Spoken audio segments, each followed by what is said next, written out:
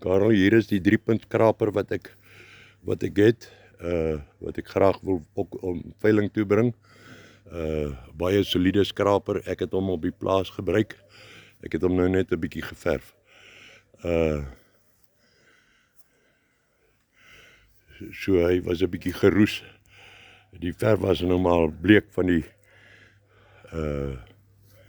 die son en so aan, want hy het maar buitekant op die son gestaan. Hier is sy verstelling. Jy kan hom verstel dat hy direk agter die trekker loop, of jy kan hom so sit soos wat ek hom gesit het om die brandpaaie te skraap en so aan, en dan kan jy hom hier agter op verstel. Ek net kyk of ek hom kan kry vir jou. Daar is sy sloot wat jy daai ding kan verstel, of na hierdie kant toe of na die middel van die trekker af, of die middel van die pad. Maar hy is vrek swaar, en is 'n baie goeie skraper. Ek het hom opgebruik. Dankie man.